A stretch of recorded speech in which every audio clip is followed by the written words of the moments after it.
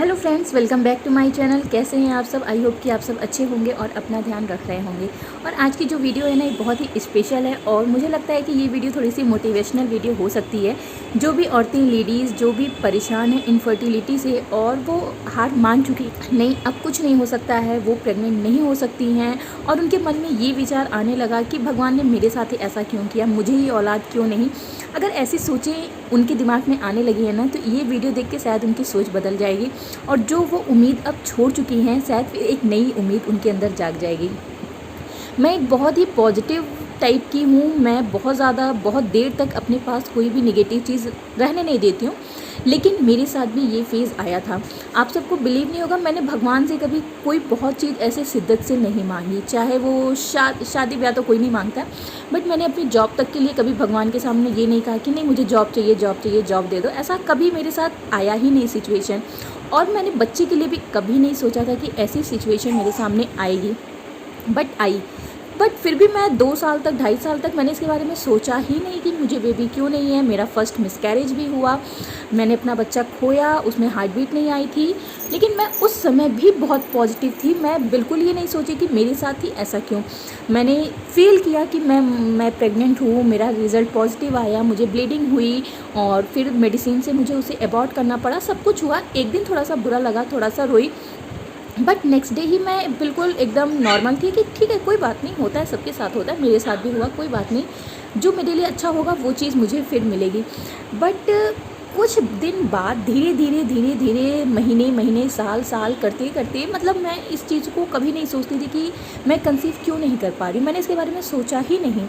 But कुछ दिन बाद जब लोगों ने ये पूछना शुरू कर दिया कि क्या हुआ क्या हुआ, पता है आपको बच्चा नहीं हो रहा है ना, ये दूसरे ही आपके दिमाग में डालते हैं। हर महीने जब आपकी डेट रहेगी, उसी डेट पे लोग पूछना क्या हुआ, आ गया तुम्हारा, क्या हुआ, हो गई, आ गई डेट, तबीयत ठीक है, तबीयत ख़राब है। जब लोग ऐसे पूछना शुरू करते हैं ना, वो आपको दिक्कत देता है। आपको बेबी नहीं हो रहा है, ये उतनी बड़ी दिक्कत नहीं होती है जितना बड़ा लोगों का सवाल आपको दिक्कत फील कराता है।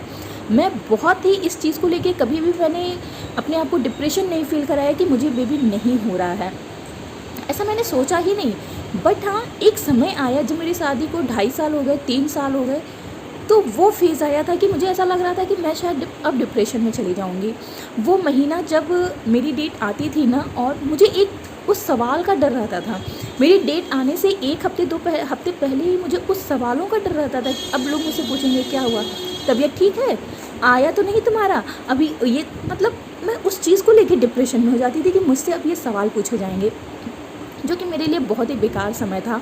मैं मेरी डेट आने के 2-3 दिन पहले से ही मैं एकदम परेशान, एकदम टेंशन में होने लगती थी कि अब मुझसे पूछा जाएगा, मैं फिर क्या कहूँगी कि हाँ फिर आ गया, नहीं हुआ, इस बार भी नहीं हुआ। तो ये सब चीज़ मेरे लिए बहुत डिप्रेशन वाली थी। बट हाँ, जब मेरा आ जाता था ना, मैं बिल्कुल नॉर्मल हो जाती थी कि कोई बात नहीं, आ गया, कोई बात नहीं, नेक्स्ट मंथ देखा जाएगा, नेक्स्ट मंथ। बट धीरे धीरे 2.5 साल बीत गए, 3 साल बीत गए, 3.5 साल बीत गए, फिर मेरा गुस्सा भगवान के साथ चालू हुआ।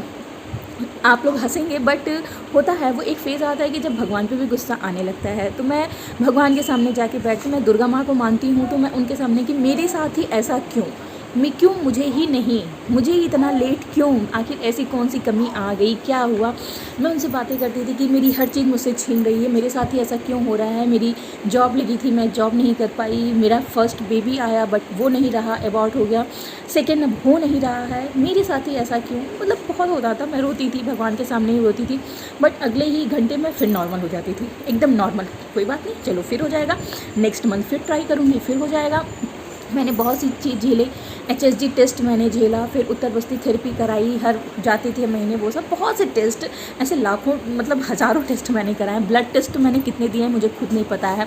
थायराइड का पता चला, थायराइड की मेडिसिन खाना, और न जाने एलोपैथ में आप दिखाने जाइए तो डॉक्टर हमेशा आपको एक नई हार्मोनल की, इम्बैलेंस की, तो पता नहीं किसकी किसकी मेडिसिन, एक रप्चर करने की मेडिसिन, तो एक साइज़ अच्छी करने की मेडिसिन, तो शुक्र पता नहीं क्या क्या मेडिसिन देते हैं। मैंने, मतलब मुझे ऐसा लग रहा था कि मेरी ज़िंदगी जो है वो मेडिसिन पे ही बीत रही है, ये मुझे फ़ील होने लगा था। मैंने इतनी मेडिसिनें खाई हैं, इतनी मेडिसिनें मैंने खाई हैं कि मैं आपको बता नहीं सकती। आप मेरी स्किन, मेरा चेहरा देखेंगे ना, ये सब पूरे मेरे दाने दाने हो गए थे, पूरे मेरे, मुझे दाने की प्रॉब्लम नहीं थी, एक्ने की बिल्कुल प्रॉब्लम नहीं थी, बट पूरे मेरी ये स्किन आप सब देख रहे हैं, ये सब अब तो सही हो गए हैं बहुत। बट इतनी दवाइयाँ खा खा के ना मेरी मतलब मुझे लगता था कि मेरी ज़िंदगी ही दवाई पे बीत रही है। वो एक, लेकिन मेरी ज़िद हो गई थी कि मुझे बच्चा चाहिए। मुझे उन सवालों का अंत करना था कि जो हर महीने आके मुझसे पूछते थे क्या हुआ, क्या हुआ, बच्चा नहीं है, बच्चा नहीं, मतलब मुझे उन चीज़ों का अंत करना था और मुझे खुद के लिए बच्चा चाहिए था एक ज़िद थी कि मुझे बच्चा चाहिए। तो सोचिए शादी के 4 साल बाद, हाँ 4 साल बाद, मतलब फरवरी में मेरी एनिवर्सरी रहती है और जाके अप्रैल में मुझे पता चला कि आई एम प्रेग्नेंट। 4 साल तक मैं ये सोचती, और एक समय तो ऐसा भी आ गया था कि मैं ये सोचने लगी थी कि मुझे होगा ही नहीं। मतलब मैं सोचती थी कि मेरी गोद में कभी बच्चा ही नहीं होगा, लोग मुझे क्या कहेंगे कि इसका कोई बच्चा ही नहीं है, आगे जाके समय में मेरा कोई अपना मुझे मेरे पास रहेगा ही नहीं। ऐसे तक थॉट मेरे अंदर आने लगे थे। मैं बहुत रोती थी, मैं अपनी मम्मी के पास फ़ोन करके इतना रोती थी, इतना रोती थी। मेरी माँ भी मुझे समझाती थी कोई बात नहीं, मतलब मेरे घर का नाम तनु है, तनु हम कह रहे हैं कि एक दिन तुम्हारी गोद में बच्चा होगा, हम तुम इस बात का विश्वास रखो। और उसी बीच में मेरे भाई की इंगेजमेंट फ़िक्स हुई। हाँ, उसी बीच में मेरे भाई की इंगेजमेंट फ़िक्स हुई और उसकी इंगेजमेंट जो है वो मेरी फ्रेंड की सिस्टर से फ़िक्स हुई थी। तो मेरी फ्रेंड जो थी उस समय वो प्रेग्नेंट थी और उसकी शादी जस्ट हुई थी और जस्ट वो प्रेग्नेंट हो गई थी। और उसी की बहन, मतलब मेरे अंदर, और मेरी माँ ने मुझे बताया, मम्मी ने बताया कि सौरभ की इंगेजमेंट तय हो गई है, इस तारीख को है। तो मैंने मम्मी से कहा कि मम्मी हम नहीं आएंगे। अगर भगवान ने तब तक हमें नहीं सुनाया कि मुझे भी होने वाला है, मैं भी प्रेग्नेंट हूँ या मुझे बच्चा आने वाला है, अगर भगवान ने तब तक मुझे नहीं सुनाया तो मम्मी हम इंगेजमेंट में नहीं आएंगे। ये मेरा शब्द था, ये मेरे वर्ड थे। उस दिन मेरी मम्मी ने रो के कहा, लिटरली वो भी बहुत ही मतलब मजबूत औरत हैं, बहुत वो कठोर मतलब कि वो इतनी जल्दी हार नहीं मानती हैं। और उन्होंने उस दिन रो के कहा कि तनु, अगर हमारे भोलेनाथ होंगे तो सौरभ की इंगेजमेंट के पहले तक तुम्हें ये पता चल जाएगा कि तुम माँ बनने वाली हो। पता नहीं उन्होंने किस मुहूर्त में, किस समय में ये चीज़ें कही कि उनके जुबान पे सरस्वती जी बैठी थी, क्या था। मैंने भी कहा कि मम्मी अगर हमें तब तक सौरभ के सारे इंगेजमेंट तक अगर हमें नहीं सुनाई दिया कि हम माँ बनने वाले हैं या मेरा बेबी आने वाला है, हम नहीं आएंगे इंगेजमेंट में।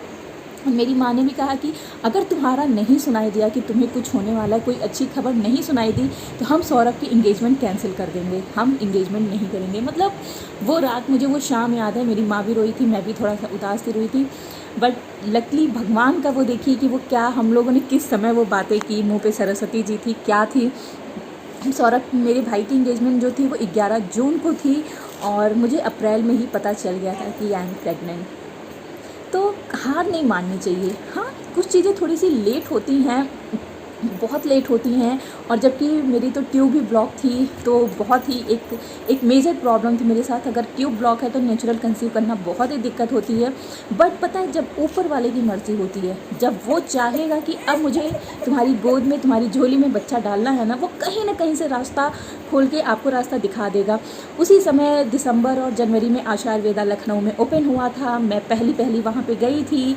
मैंने बस भगवान का नाम लेके अपना ट्रीटमेंट स्टार्ट करवा दिया कि जब सब चीज़ें ट्राई कर ली तो इसको भी ट्राई करने में क्या जाता है। और आफ्टर 2 मंथ मेरा HSG जो आया था वो आया था कि ट्यूब ब्लॉक है। और आफ्टर 2 मंथ ही उनकी कुछ मेडिसिनें चली और मैंने 2 मंथ में ही कंसीव कर लिया। तो प्रॉब्लम, तो ये वीडियो बनाने का ये है कि हार नहीं मानना। अरे 4 साल में नहीं होगा, 5 साल में होगा, 6 साल, अगर बच्चे ने आपकी झोली में बच्चा लिखा है तो उसे कोई नहीं रोक सकता। कभी भी हार मत मानना, कभी भी उदास मत होना, उम्मीद मत छोड़ना। बस ऊपर वाला अगर देना चाहेगा ना तो वो देगा। तो मैंने अपना ट्रीटमेंट कराया। मैंने ट्रीटमेंट की बहुत सारी वीडियोस डाली हुई हैं कि उत्तर बस्ती थेरेपी कराई, क्या क्या ट्रीटमेंट हुआ, HSG टेस्ट एक्सपीरियंस डाला हुआ है, सब कुछ डाला हुआ है। तो बस ये वीडियो बनाने का यही मकसद था, आप सबको मोटिवेट करना कि प्लीज़ हारना मत, उम्मीद मत छोड़ना।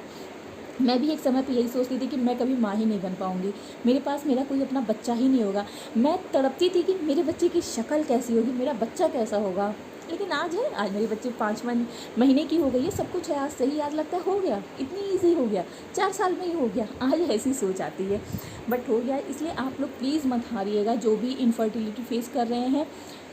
जब भगवान को देना होगा वो देगा, वो ज़रूर देगा। और भगवान इतना गलत किसी के साथ नहीं करते हैं। बस हाँ, अपनी कोशिश करते रहिए, अपना ट्रीटमेंट कराते रहिए, पता करते रहिए, मेडिसिन दवाई सब अपनी चालू रखिए। तो मेरी जो जर्नी थी यही थी, बाकी उम्मीद मत हारिएगा। और मेरा जो ट्रीटमेंट वो आयुर्वेद से हुआ, मुझे सक्सेस मिल गई, मेरी ट्यूब ओपन हो गई, मेरा कंसीव हो गया, सब कुछ हो गया, नॉर्मल होते चला गया। प्रेगनेंसी पूरी अच्छे से बीती और C सेक्शन के थ्रू हुआ। बस यही मेरी थोड़ी सी जर्नी थी। बाकी तो मैंने बहुत इलाज, बहुत दवाइयाँ खाई हुई हैं, उसको तो मैं बता भी नहीं सकती, मुझे इतना याद भी नहीं है कैसे कैसे क्या। बट प्लीज़ उम्मीद मत हारिएगा। मेरा ये वीडियो बनाने का सिर्फ यही मकसद था कि उम्मीद मत हारिएगा। एक समय आता है कि हम ये सोचते हैं कि नहीं, अब सब खत्म हो गया, अब हम कुछ नहीं कर सकते। बट एक समय आएगा और आपकी गोद में भी बच्चा होगा। इतना उम्मीद रख के आप चलिए, भगवान ज़रूर आपकी खुशी पूरी करेगा। ओके, फिर मिलेंगे नए वीडियो के साथ, तब तक के लिए बाय बाय।